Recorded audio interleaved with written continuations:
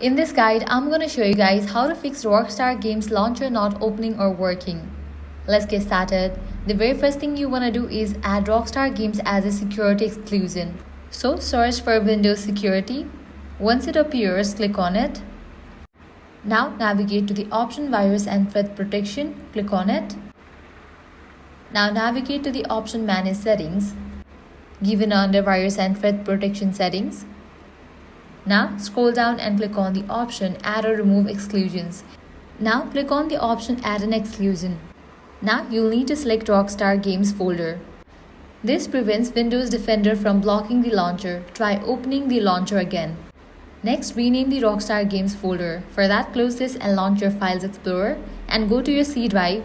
Then navigate to the folder Programs Files into x86. Find the Rockstar Games folder, right-click it and rename it by adding an underscore at the start. Press enter. If you see a security pop-up, click continue. Next up, close this, navigate to your Rockstar Games Launcher, right-click on it and select the option Run as Administrator. Give it a few seconds. This should help the launcher load. Lastly, what you want to do is install Microsoft OneDrive. For that, launch your settings, navigate to the option Apps, head over to the option Installed Apps. Now search for Microsoft OneDrive. After it appears, click on three dots and then click on Install.